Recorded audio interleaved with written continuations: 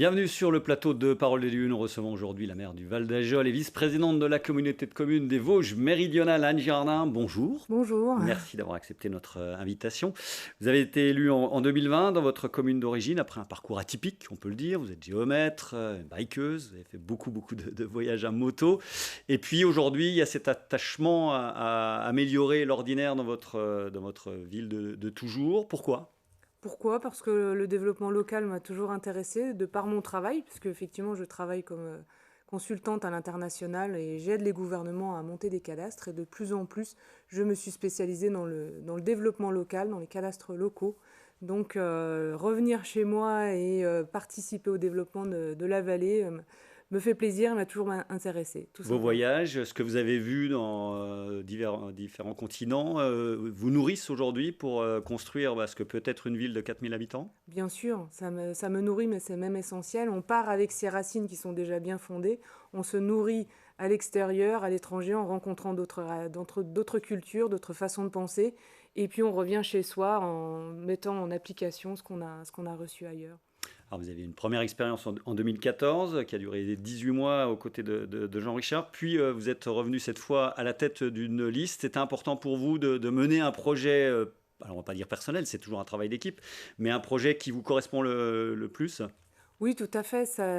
Disons qu'on ne s'était pas entendu avec Jean Richard, bon, sur certains points, notamment un projet d'adressage, qui aurait pu justement développer pas mal de choses dans les différents hameaux du Val d'Ajol. Alors j'avais préféré retourner à mes occupations professionnelles, parce que qui me prenaient quand même pas mal de Mais temps avec déjà à en tête l'époque que là. vous pourriez revenir ou pas du tout? À l'époque, non, pas du tout. J'avais même bon, imaginé éventuellement revenir avec un autre maire avec qui je m'entendais mieux. Et puis quand on s'est lancé avec mon premier adjoint actuellement, Thomas Thomas Vincent, Vincent. j'ai dit écoute, puisque t'as pas le temps, je prends la tête de liste et puis on avance et puis on y va. Et voilà, ça s'est passé comme ça. Élection en 2020, donc, sans être encarté, vous vous considérez aujourd'hui, vous présentez comme centriste, c'est ça? Plutôt centriste, oui, avec quand même une appétence pour l'économie locale, ça c'est important.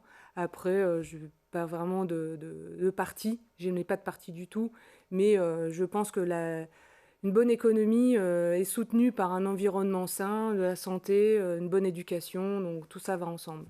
Vous n'avez pas souhaité apporter de parrainage, ni de soutien clair aujourd'hui. Vous pouvez nous dire pour qui vous allez voter ou c'est quelque chose Je préfère garder ça pour moi parce que déjà je n'ai pas Donc il n'y a encore pas de fait mon soutien choix. fort en tous les cas à Mais un je n'ai pas candidat. de soutien fort parce que déjà je suis assez déçue de la campagne présidentielle d'une manière générale.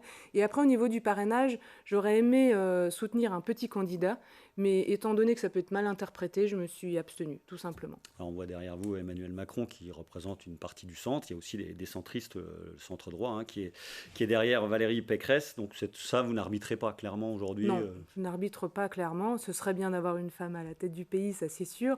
Après, Valérie Pécresse ou une autre, je n'ai pas forcément de préférence.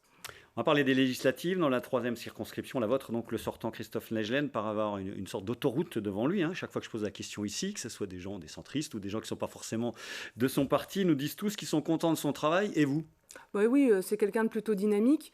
Quand on a besoin de lui, il répond à l'appel en général, même aux entreprises. Les entreprises qui font appel à lui, il vient, il n'hésite pas à comprendre les Il vous problèmes a et aidé puis à vraiment sur des intervenir. dossiers ajolais, purement ajolais ou... Alors nous, pour l'instant, au niveau de la commune, il ne nous a pas encore soutenus parce qu'on n'a pas vraiment fait appel à lui.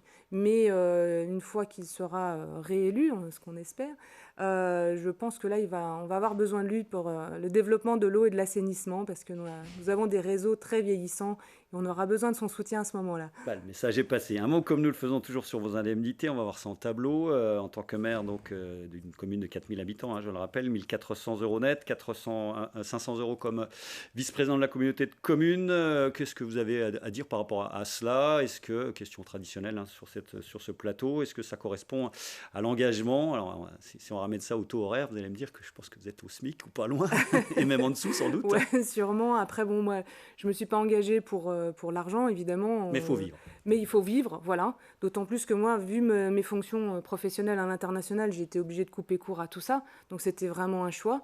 Et après, bon, voilà, des indemnités, c'est quand même fait à la base. Au niveau de la Révolution française, c'était quand même fait pour éviter que les élus soient corrompus. Donc, il faut un minimum d'indemnités pour pouvoir vivre et pouvoir faire avancer les choses.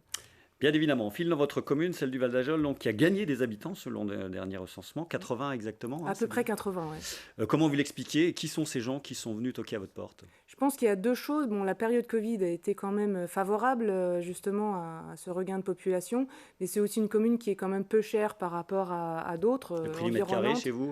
En centre-ville, un terrain nu, 25 € du mètre carré, donc c'est quand même pas énorme. Quand on s'éloigne, ça tombe à 10 ou 15 € du mètre carré, donc c'est vraiment rien. Donc très attractif pour des gens Très qui voudraient attractif, s'installer, voilà. effectivement. Et Alors, qui sont seulement, ces gens qui viennent vous voir, du coup? Alors, c'est souvent des gens qui Viennent pas vous voir, qui économiquement, viennent qui s'installer viennent chez vous. s'installer chez nous. Alors, il faut savoir qu'il y a la Nationale 57 qui est à 5 minutes maximum du centre-ville du Val d'Ajol. Donc, ce sont des gens qui économiquement vont sur Remiremont ou Épinal. Mais ça, c'est encore pas très grave puisque le week-end, ils sont chez nous. Et le week-end étant très vivant au Val d'Ajol, voilà, ça nous avantage. Après, il y a aussi tout un tas d'artisans locaux, des plombiers, des électriciens, des boulangers, tout ce qui est des métiers de bouche. On a tout ce qu'il faut au Val d'Ajol. Et ça dépend aussi de la population qui réside le week-end essentiellement. Vous avez une entreprise également connue à l'international, c'est Debuyer évidemment, qui est dans ce hameau de Fémont, sur lequel vous vous penchez de près. Hein. Ah oui, tout à fait, ça c'est essentiel. Je pense qu'il n'y a pas un élu dans la commune qui ne parle pas de Debuyer de toute façon, de toutes les générations. Aujourd'hui, c'est plus de 140 employés sur la commune, donc 140, la plupart habitent au Val d'Ajol. Certains n'y habitent pas encore, mais je pense qu'en réhabilitant Fémont, on pourra attirer quand même d'autres familles qui travaillent chez Debuyer. Alors, à quoi vous souhaiteriez que ressemble ce hameau à l'avenir? Qu'est-ce qu'il faut en faire de ce hameau? Moi, je pense que déjà, il faut bien... Là, tous les réseaux d'eau et d'assainissement, les réseaux secs vont être réhabilités d'ici la fin de l'année, mais il restera l'habitat.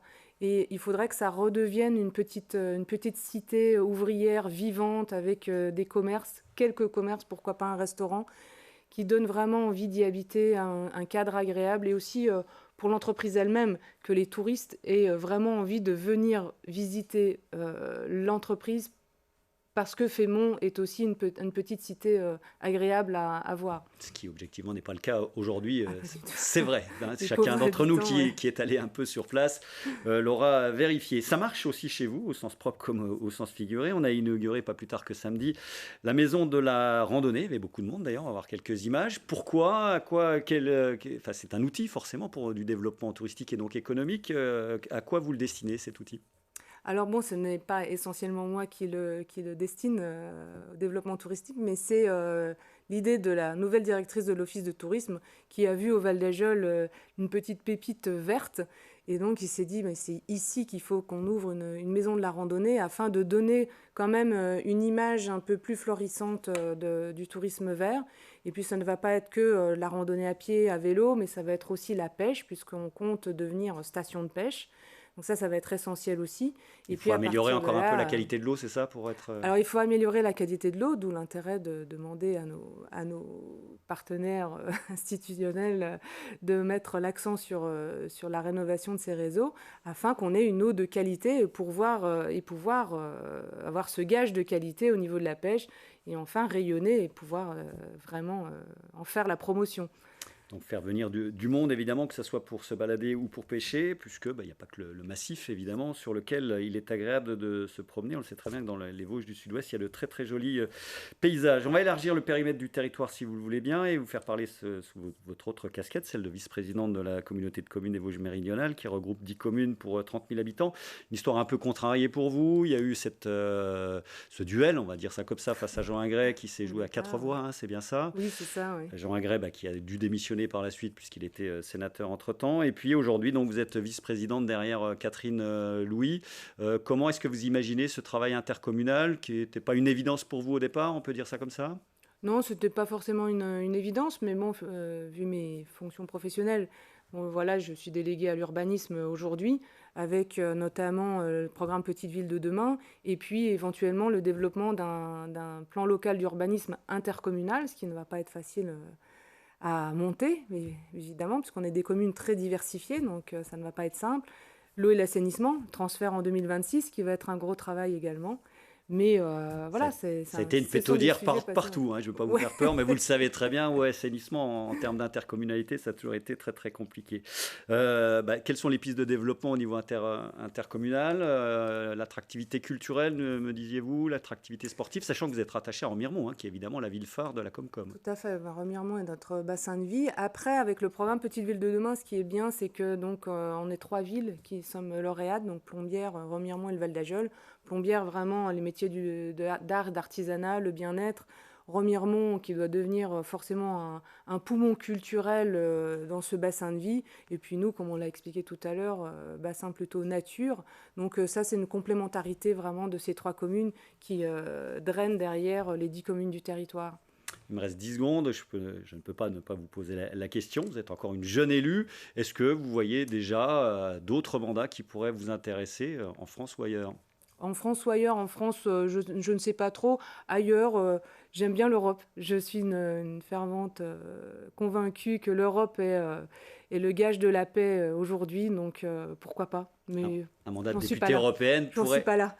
Ouais, il y a encore beaucoup de boulot évidemment au Val d'Ajol. Exactement. Anne Girardin, merci. Merci d'avoir accepté notre invitation. Vous étiez donc notre invité pour cet entretien politique hebdomadaire. On se retrouve la semaine prochaine pour une autre ou un autre invité sur ce plateau. Merci à vous.